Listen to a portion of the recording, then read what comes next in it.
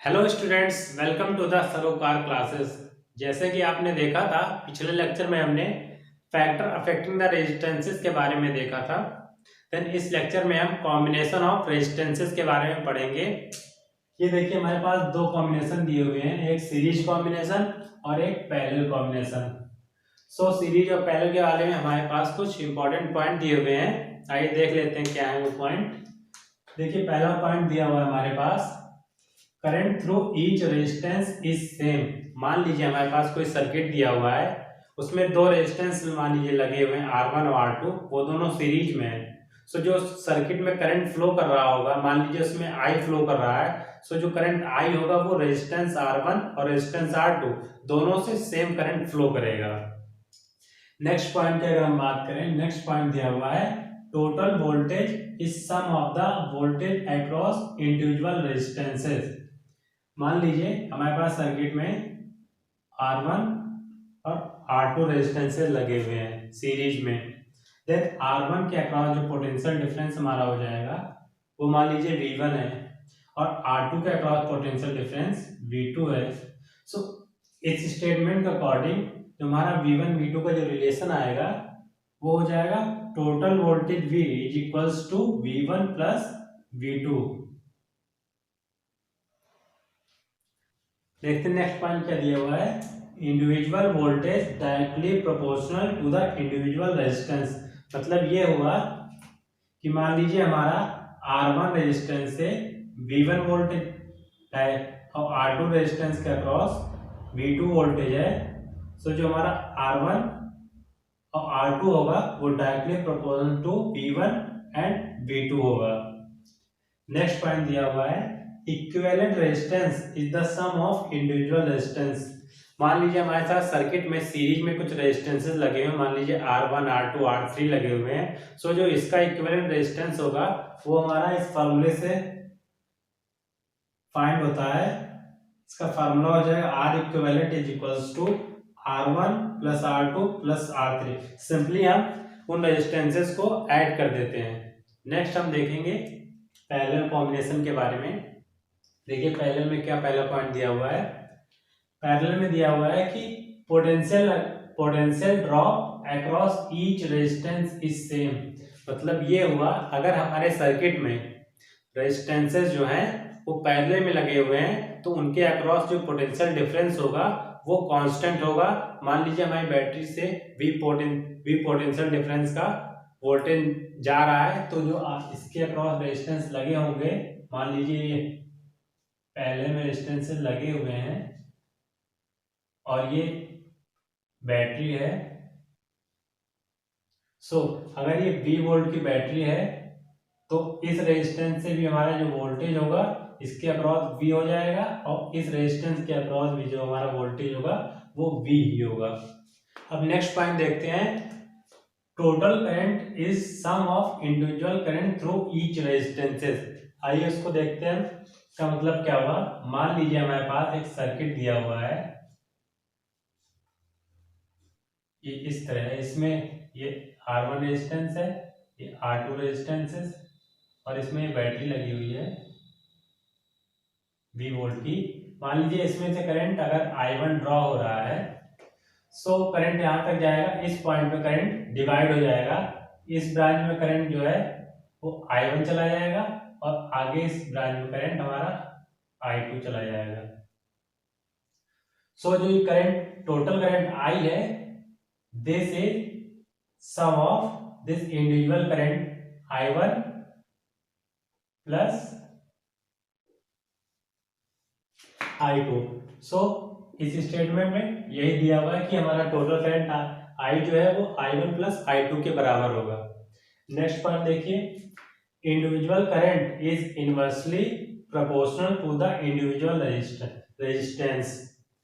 अब देखिए इसमें क्या दिया हुआ है कि ये हमारे पास एक रेजिस्टेंस R1 दिया हुआ है और ये R2 है, इसमें से करंट ये I1 और ये I2 है। सो जो हमारा इसका रिलेशन होगा वो इनवर्सली प्रोपोर्शनल होगा, इनवर्सली प्रोपोर्शनल। ये हो जाएगा हमारा R1 is inversely proportional to the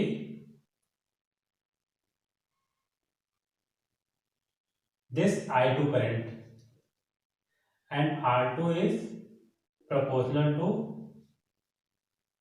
I1 current. जो भी उस ब्रांच में, उस रेजिस्टेंस के ब्रांच में करंट जा रही होगी उसके इनवर्सली प्रोपोर्शनल होगा। सो देखिए इस R1 के अक्रॉस में हमारी जो करंट जा रही है वो I2 जा रही है, तो हमारा R1 is inversely proportional to I2, और इस R2 में करंट I1 जा रही है तो R2 is inversely proportional to I1 हो जाएगा। अब नेक्स्ट पॉइंट देखते हैं क्या दिया है। Reciprocal of equivalent resistance is sum of reciprocal of individual resistance. मतलब ये हुआ जो हमारा इक्विवेलेंट रेजिस्टेंसेज आएगा पैरेलल में, उसका रेसिप्रोकल वो जो हमारा होगा वो reciprocal of sum of individual resistance. मान लीजिए 3 रेजिस्टेंसेज जो हैं वो पैरेलल कॉम्बिनेशन में दिए हुए हैं, सो जो उसका इक्विवेलेंट आएगा वो आ जाएगा 1/R equivalent is equals to 1/R1, 1/R2 and 1/R3। इसके बाद हम इसका सीरीज और पैरेलल कॉम्बिनेशन का डेरिवेशन देखेंगे। अब पहले हम सीरीज कॉम्बिनेशन का डेरिवेशन देखेंगे। सो ये देखिए हमारे पास एक सर्किट दिया हुआ है जिसमें 3 रेजिस्टेंसेस लगे हुए हैं R1, R2 and R3। So series combination में क्या होता है, जो हमारा रेजिस्टेंस होता है वो directly proportional to the individual voltage. So R1 के अक्रॉस जो हमारा वोल्टेज हो जाएगा वो V1 हो जाएगा, और R2 के अक्रॉस जो वोल्टेज होगा वो V2, और R3 के across voltage V3। So R is directly proportional to V। Next हम देखेंगे जो हमारा टोटल वोल्टेज होता है वो इंडिविजुअल वोल्टेज के सम के बराबर होता है। सो हम डेरिवेशन अपना यहीं से स्टार्ट करेंगे। Total voltage V is equals to V1 plus V2 plus V3। So next हम क्या करेंगे,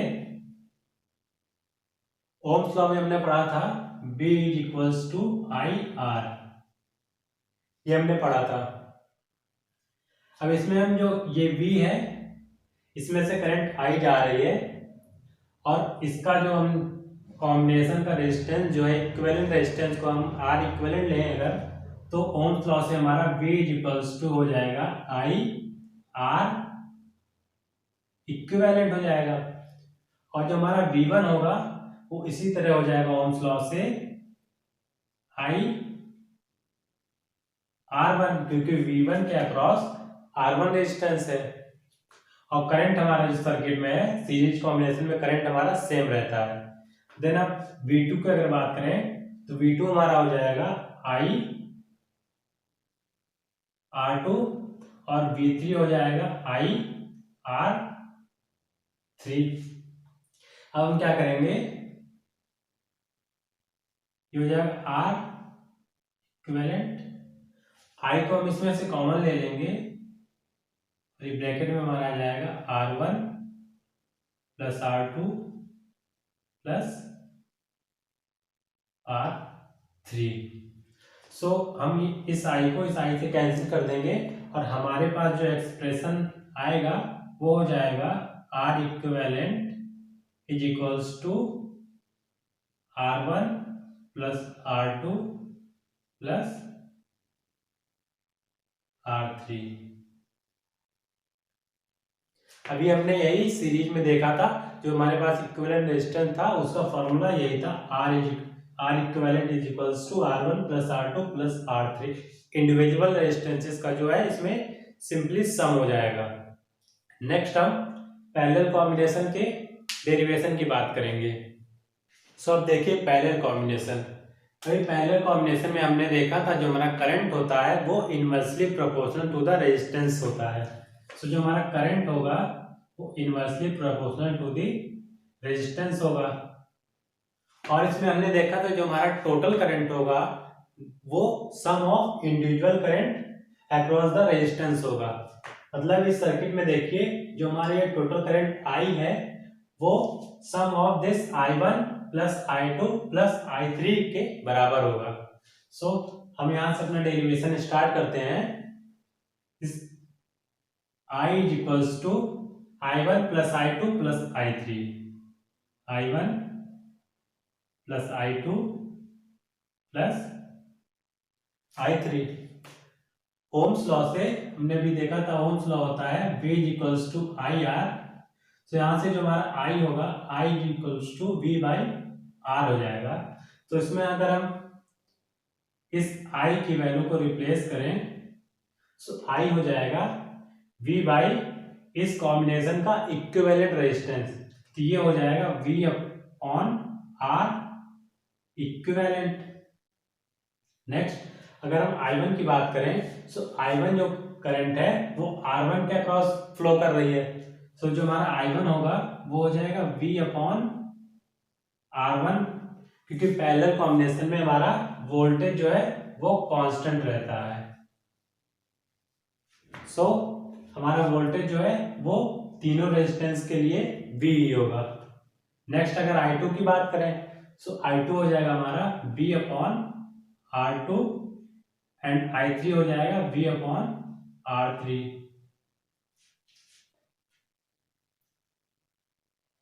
नेक्स्ट अगर हम इसमें से B को कॉमन ले लें LHS और RHS से, तो हमारा हो जाएगा V upon R equivalent is equals to V in bracket 1 upon R1 plus 1 upon R2 plus 1 upon R3। So ये आ गया। अब हम क्या करेंगे, इस V को इस V से कैंसिल कर देंगे। नेक्स्ट हमारा आ जाएगा 1 upon R equivalent is equals to 1 upon R1 plus 1 upon R2 plus 1 upon R3। So ये हमारा आ गया पैरेलल कॉम्बिनेशन का फॉर्मूला। अब नेक्स्ट हम इससे रिलेटेड कुछ क्वेश्चंस देखेंगे। तो देखिए हमें इस क्वेश्चन में क्या करना है, find the equivalent resistance of the combination. So इसमें हम सबसे पहले हमें पहचानना पड़ेगा ये कौन सा कॉम्बिनेशन दिया हुआ है, पैरेलल है या सीरीज है। तो इसको हम पहचानने के लिए क्या करते हैं, तो अगर मान लीजिए ये हमारे पास 1 ओम का रेजिस्टेंस दिया है, ये 1 ओम का है, ये 2 ओम और ये 2 ओम का है। अगर इस रजिस्टर का हम ये हेड मान लें और ये टेल मान लें, इसका ये हेड मान लें और ये इसकी टेल मान लें, ये हेड, ये टेल, ये हेड और ये टेल। सो अगर कोई रजिस्टर हेड टेल करके अगर जुड़े हुए हैं, सो वो जो हमारा कॉम्बिनेशन होगा वो सीरीज कॉम्बिनेशन होगा। इसमें देखिए ये टेल दूसरे वाले के हेड से जुड़ा हुआ है, इसमें ये देखिए इसकी टेल इस दूसरे वाले रजिस्टर के हेड से जुड़ी हुई है, इसकी ये टेल इस दूसरे वाले के हेड से जुड़ी हुई है। सो ये जो हमारे पास ये कॉम्बिनेशन दिया हुआ है रेजिस्टेंस का, ये सीरीज कॉम्बिनेशन है। सो आर इक्विवेलेंट सीरीज, हमने फॉर्मूला पढ़ा था, सिंपली एडिशन हो जाएगा R1 plus R2 plus R3 2 plus R3 plus R4। मेरे पास 4 रेजिस्टेंस दिए हुए हैं। सो इसका जो इक्विवेलेंट आएगा वो हो जाएगा 1 plus 1 plus 2 plus 2 that is equals to 6 ohm. So इस कॉम्बिनेशन का जो इक्विवेलेंट रेजिस्टेंस आएगा वो हो जाएगा 6 ओम। अब नेक्स्ट की हम बात करें अगर,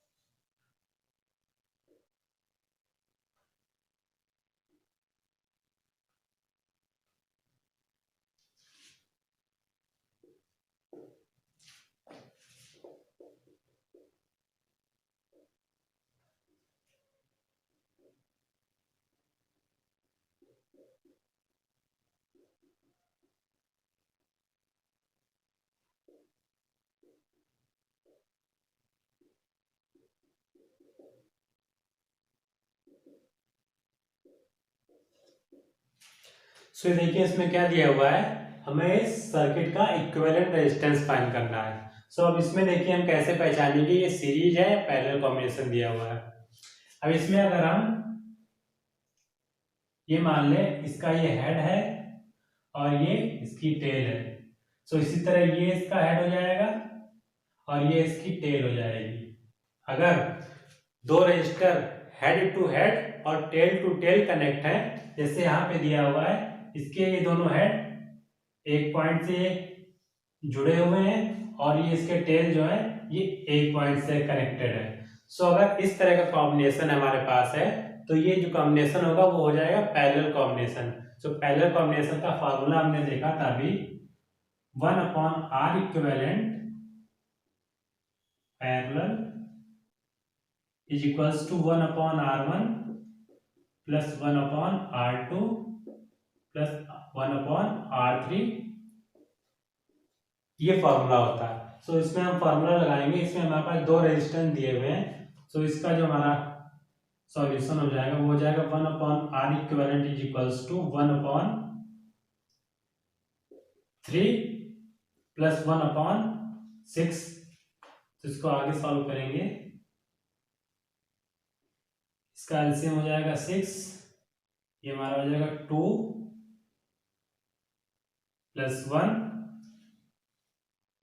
ये हो गया 3/6। अब इसको हम रेसिप्रोकल करेंगे अगर, तो ये हमारा R equivalent is equals to 6/3, that is 2 ohm आ जाएगा। सो इस कॉम्बिनेशन का हमारा इक्विवेलेंट रेजिस्टेंस आ गया 2 ओम। अब नेक्स्ट देखिए हमारे पास दो काफी इंपॉर्टेंट पॉइंट दिए हुए हैं, ये कंप्लीशन पॉइंट ऑफ व्यू से काफी इंपॉर्टेंट है। देखिए क्या दिया हुआ है, सीरीज कॉम्बिनेशन में इक्विवेलेंट रेजिस्टेंस सबसे बड़े इंडिविजुअल रेजिस्टेंस से भी ज्यादा होगा।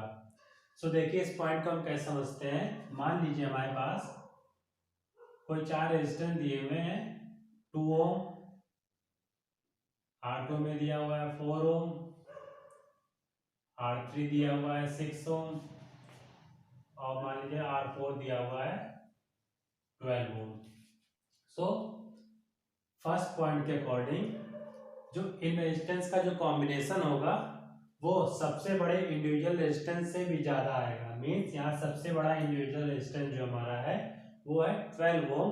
सो इसका जो आर इक्विवेलेंट आएगा वो 12 ओम से भी ज्यादा आएगा। सो इसको हम सॉल्व करें, अगर R equivalent series equals to R1 plus R2 plus R3 plus R4, फिर इसको हम ऐड करें 2 प्लस 4 प्लस 6 प्लस 12, तो ये हमारा आ जाएगा 24 ओम हो जाएगा।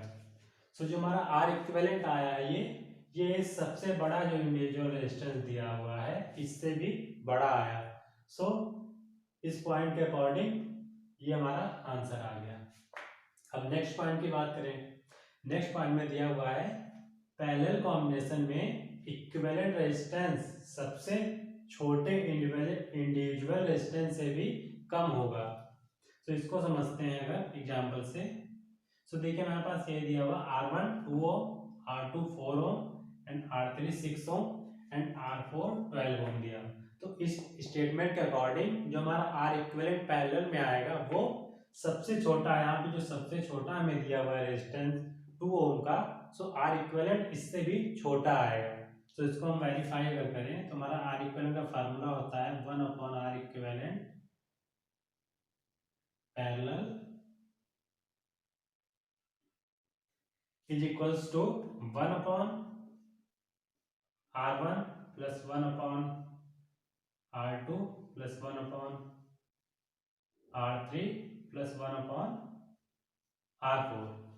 देन अगर हम इसकी वैल्यू पुट करें तो ये हमारा हो जाएगा 1/2 प्लस 1/4 प्लस 1/6 प्लस 1/12। नेक्स्ट ये हो जाएगा R equivalent is equals to इसका एलसीएम अगर हम लें तो ये हो जाएगा 12, यहाँ पे आ जाएगा हमारा 6 प्लस 3 प्लस 2 प्लस 1।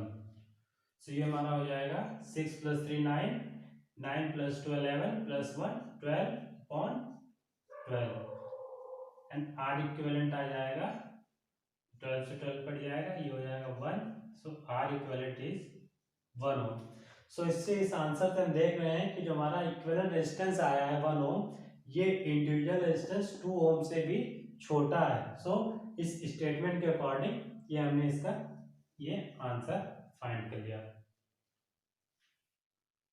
अब नेक्स्ट क्वेश्चन देखिए क्या दिया हुआ है।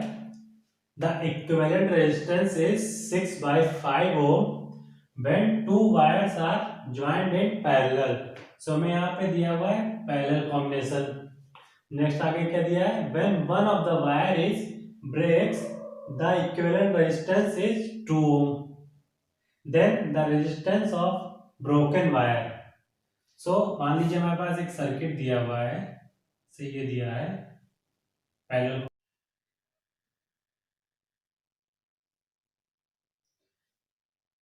अब इसका जो इक्विवेलेंट रेजिस्टेंस हमें दिया है वो दिया है 6/5 ओम। अब क्या कह रहा है कि अगर इसमें से एक वायर ब्रेक हो जाता है तो जो इक्विवेलेंट रेजिस्टेंस हो जाएगा वो हमारा 2 ओम हो जाएगा। तो देखिए इसको कैसे सॉल्व करेंगे। मान लीजिए ये हमारा ए रेजिस्टेंस है और ये बी रेजिस्टेंस है। अगर हम इसको मान लेते हैं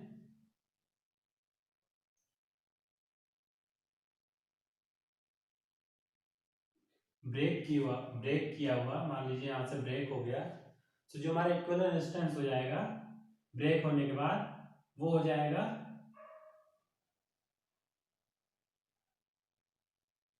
2 ओम। सो देखिए इसको हम कैसे करेंगे। इस ब्रेक वाले वायर का रेजिस्टेंस हम मान लेते हैं x मान लेते हैं। सो हमारा जो R इक्विवेलेंट हो जाएगा पैरेलल में वो हो जाएगा 1 अपॉन,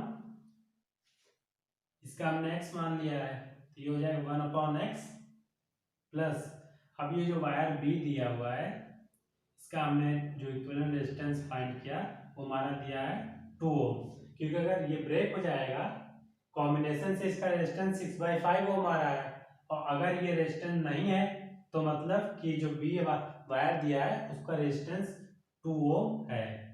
सो ये हो जाएगा 1/2। अब आर इक्विवेलेंट की वैल्यू जो हमें 6/5 दी है इसको हम पुट करेंगे तो ये हमारी हो जाएगी 1/6/5 is equals to 1/x plus 1/2। अब इसको आगे सॉल्व करेंगे, इसको रेसिप्रोकल कर देंगे तो ये हमारा हो जाएगा 5/6 is equals to 1/x plus 1/2 हो गया। अब क्या करेंगे, यहाँ पे 1/2 प्लस में है, इसको इधर ले जाएंगे तो ये माइनस हो जाएगा, तो हम लिख लेंगे 1/x is equals to 5/6 minus 1/2। अब क्या करेंगे, इसका एलसीएम मान लीजिए हमारा आ गया 6, ठीक। अब ये हो जाएगा 5 माइनस 3 और ये फर्दर सॉल्व करेंगे तो ये आ जाएगा, ये हमारा 5 माइनस 3 हो जाएगा 2/6।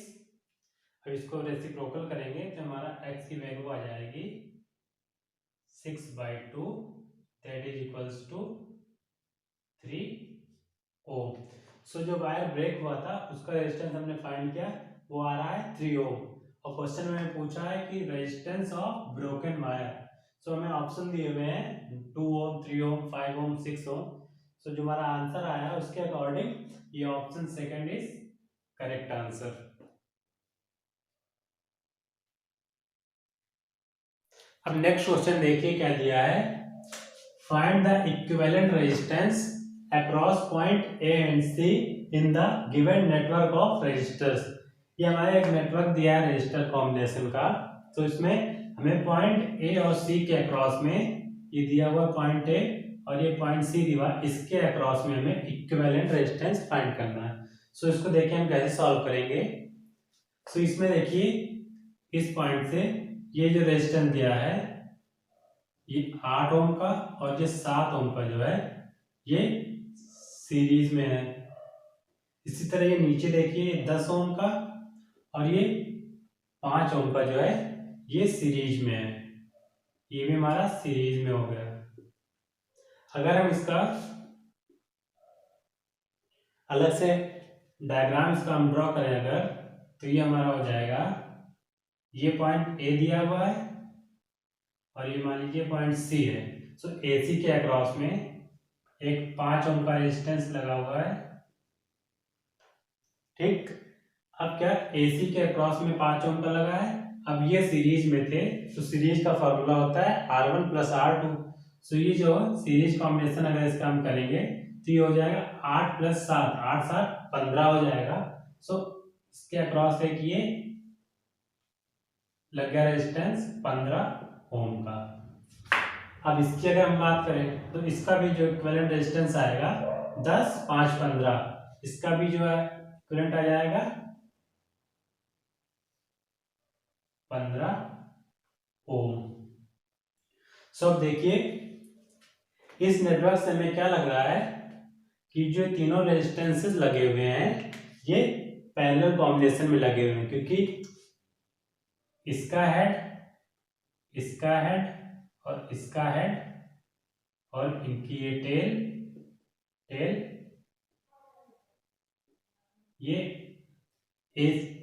एक ही साइड में कनेक्टेड है। ये हेड एक साइड में कनेक्टेड है और ये टेल एक साइड में कनेक्टेड है।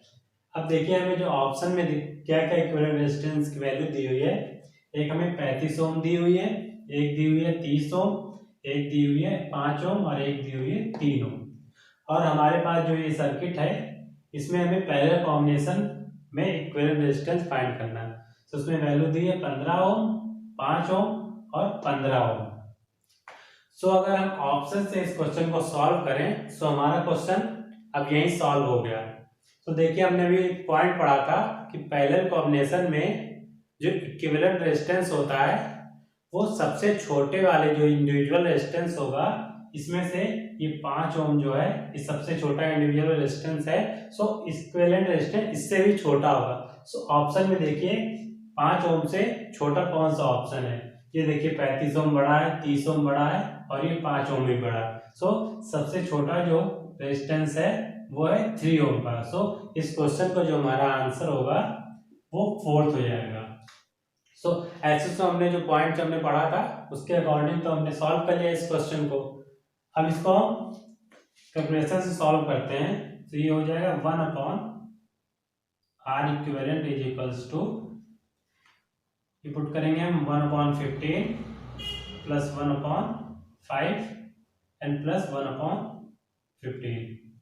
इसको हम आगे सॉल्व करेंगे तो इसका एलसीएम हम ले लेंगे 15 और ये हो जाएगा 1 प्लस 3 प्लस 1 और ये हो जाएगा 3 प्लस 1 प्लस 1 दैट इज 5/15। सो उसको हम रेसिप्रोकल करेंगे तो हमारा आर इक्विवेलेंट आ जाएगा 15/5 दैट इज 3 ओम। सो हमने इसका आंसर निकाला 3 ओम। सो हमने इसका आंसर क्वेश्चन का पहले ही बता दिया था 3 ओम। तो इसका आंसर हो गया 3 ओम। अब अगला क्वेश्चन देखिए। क्वेश्चन में दिया है find the current I in the given circuit. So हमें ये एक सर्किट दिया हुआ है, इसमें से इस करंट I की हमें वैल्यू फाइंड करनी है। सो हम इसकी वैल्यू फाइंड करेंगे V इक्वल्स टू IR से। सो इस सर्किट का हमें R इक्विवेलेंट पहले फाइंड करना पड़ेगा। सो इसको अगर हम फाइंड करें तो इस सर्किट डायग्राम को अगर हम मॉडिफाई करके बनाएं तो ये तो हमारा 6 ओम हो जाएगा।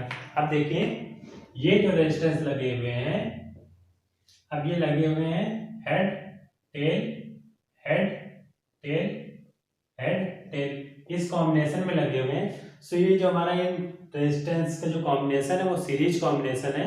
सो जो इसका इक्विवेलेंट रेजिस्टेंस आएगा वो सिंपली इनका एडिशन हो जाएगा। सो 3 + 2 + 1, तो ये जो हमारा इसका आर इक्विवेलेंट हो जाएगा वो आ जाएगा 6 ओम। अब देखिए, अब इसमें क्या है, ये हेड, ये टेल, सॉरी ये head and this is tail and this is tail. अब इस कॉम्बिनेशन में क्या है, हेड हेड कनेक्टेड है और टेल टेल कनेक्टेड है। सो अब ये जो हमारे पास कॉम्बिनेशन है ये पैरेलल कॉम्बिनेशन है। सो इसका जो इक्विवेलेंट हो जाएगा वो हमारा हो जाएगा, ये सर्किट हमारा मॉडिफाई होकर ऐसे बनेगा।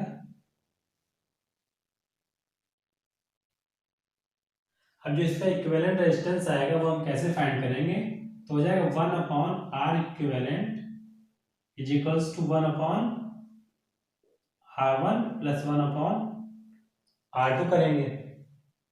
तो अब इसके न्यूमेरिकल वैल्यू पुट करें तो ये हो जाएगी 1/6 + 1/6। इसको हम आगे सॉल्व करें तो हमारा ये R इक्विवेलेंट हो जाएगा 6/2, दैट इज 3 ओम। सो इस सर्किट का जो R इक्विवेलेंट आएगा वो हमारा आ जाएगा 3 ओम और हमें वोल्टेज दी हुई बैटरी की 30 वोल्ट। तो अब हमारे पास रेजिस्टेंस भी दिया हुआ है, वोल्टेज भी दिया है, तो इस फार्मूले से हम करंट को फाइंड कर सकते हैं। तो हमारा करंट हो जाएगा I = V/R। इसकी वैल्यू पुट करेंगे वोल्टेज और रेजिस्टेंस की। वोल्टेज की वैल्यू हो जाएगी 30/3, इसको डिवाइड करेंगे, ये हमारा आ जाएगा 10 और करंट की यूनिट हो जाएगी एम्पियर। सो इस सर्किट में जो करंट आई फ्लो हो रहा है इसकी वैल्यू आ जाएगी 10 एम्पियर।